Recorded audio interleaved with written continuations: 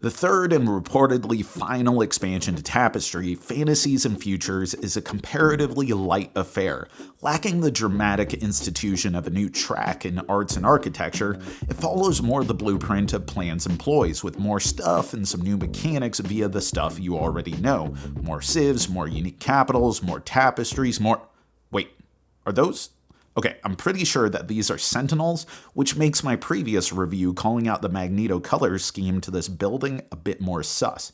Anyway, more technology and a couple more of the personal landmarks first introduced in arts and architecture. Carrying a distinct sci-fi and fantasy bent because, you know, fantasies and futures, the theme gets pretty weird with alternate realities, which in truth feels a bit shoehorned with wee folk and genies while tracking things as mundane as cellular phone technology and rubber tires. But Tapestry always kind of fell off the rails if you paid too much attention to time frames and technologies anyway. The primary new mechanisms introduced are charms on Tapestry cards, bonuses that are collected upon placing it either directly to the left or subsequently placing a tapestry to the right of the charmed tapestry, and reserved items primarily gained through tapestries that give you a delayed bonus, resource, or action that occurs during your final income turn concluding the game. There are a myriad of interactions and riffs on these mechanics within the cards, including all of the new technologies who require having some sort of charm activated on your player board as a prerequisite to the top level, and hold powerful bonuses but are flipped over when achieved so they can't be repeatedly triggered through existing game effects. And the new capital city boards just further develop the fantasy theme and hold interesting challenges and potential scoring bonus opportunities, further cementing the individuality that is the combination of all these elements coming together for your civilization, which is what this game is all about. Okay, so the thing that I really want to hammer home about Fantasies and Futures is that there's no F and F-sized hole in Tapestry. This isn't fixing something, and it's not filling a particular niche. Really, it's just rounding out the existing content and then coming up with a couple mechanisms to justify itself. And that's okay. If you're a Tapestry fanatic, then this is going to be more of the clever and interesting things that you've liked most about the game and then expanded upon, which coincidentally is kind of the purpose of an expansion. But it's not a necessity. This is a collector's expansion, and I think that's the kind of oeuvre, the kind of intention that Stonemaier brought to it going in. This is well represented by the fact that the rulebooks are comprehensive rulebooks for all of the normal rules and all of the Automa rules compiled together for all of the expansions, all of the base game content, and the latest patch notes for all of the adjustments for balance changes to all of the pre-existing tapestries. It's all available in these two booklets, and this sort of wrap-up is further cemented by the fact that they're calling this the final expansion to Tapestry.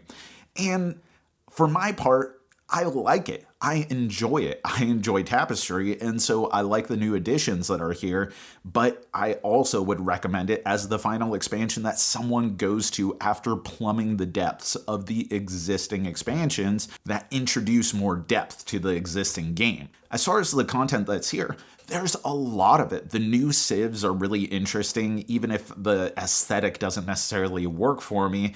I mean, you have 10 new civilizations ranging from the wee folk who exist in a sort of collaborative way in other people's cities, but give you a bunch of points at the end of the game, to the elder ones who I really like that get to persist after income turn 5 by dumping a bunch of tapestry cards from your hand, going, surprise, I got a bunch of resources, and continuing to play out as if you have a 6th phase or round or era of the game. And there's other interesting hijinks within the genies and the merfolk or the artificers who get to change the income buildings, slotting them in different positions on your income mat, so that way you can get the better benefits of later on income spots without having to reveal additional spots through placing those buildings. Lots of tricky, more advanced stuff that's really going to be appreciated by players who have played a lot of Tapestry. And this carries over to the Tapestry and technology cards too. The new charms that are on a lot of the tapestries